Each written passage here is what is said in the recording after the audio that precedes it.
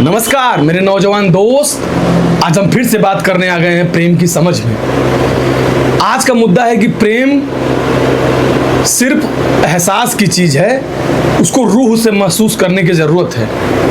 प्रेम को मैं आध्यात्मिक और अलौकिक दृष्टि मानता हूं। अगर आप किसी के प्रेम में अगर हैं तो एक आध्यात्मिक फीलिंग आती है, सब कुछ भूल जाते हैं। अध्यात्म में बिल्कुल यही होता है।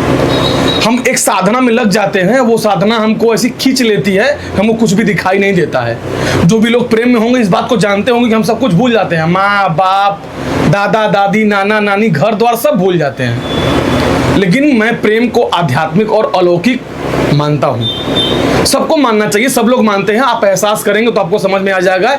मैं तो प्रेम को एहसास किया हूँ, आध्यात्मिक दृष्टि पर भी जाके और अलौकिक दृष्टि पर भी जाके।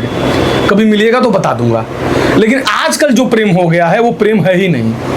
आजकल प्रेम बदल गया है, प्रेम के दूसरे अलग अलग रंग हो गए हैं। आजकल प्रेम आकर्षण है, एक दूसरे को चाहना। आकर्षित हो गए रंग पे, रूप पे, कपड़े पे।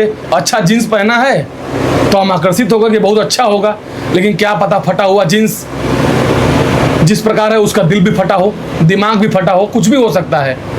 चाहत प्रेम है ही नहीं, चाहत है।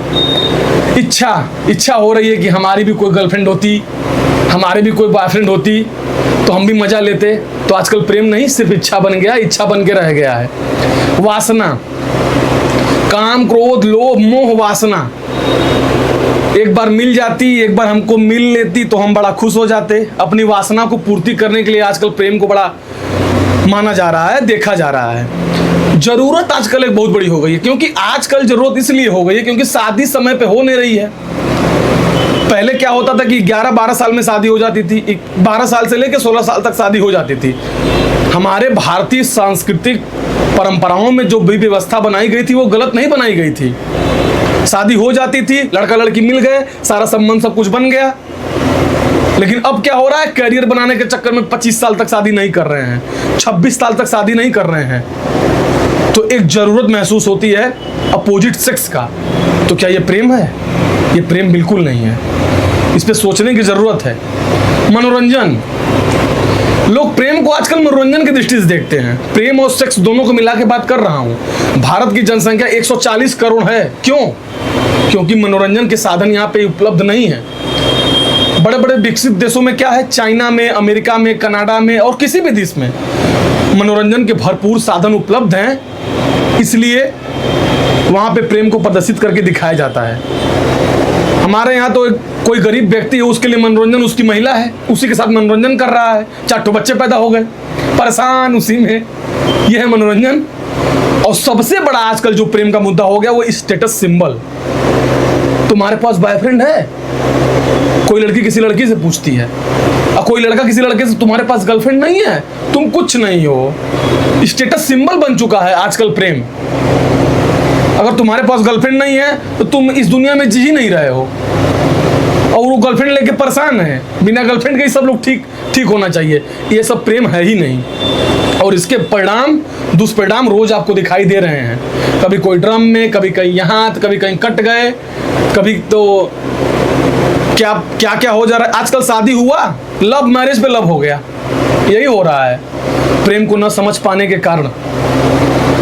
प्रेम शारीरिक, मानसिक और आत्मिक तीनों रूप से होता है। जब शरीर के रूप में होता है तो शरीर में शरीर अंगड़ाई लेके रह जाती है। जैसे ही शरीर मिलता है प्रेम खत्म हो जाता है। और उसका अगला चरण है मानसिक। मानसिक स्तर में क्या होता है कि प्रेम को लंबे समय तक लेके जाया जा सकता है, लेकिन बहुत कम होता है। ऐसा होना थोड़ा सा मुश्किल है। इसके लिए गुरु और माता पिता का आशीर्वाद होना बहुत जरूरी है। लेकिन होता कहाँ है? कौन ऐसा गुरु है जो आपको प्रेम को मानसिक स्तर पर ले जाके समझाएगा?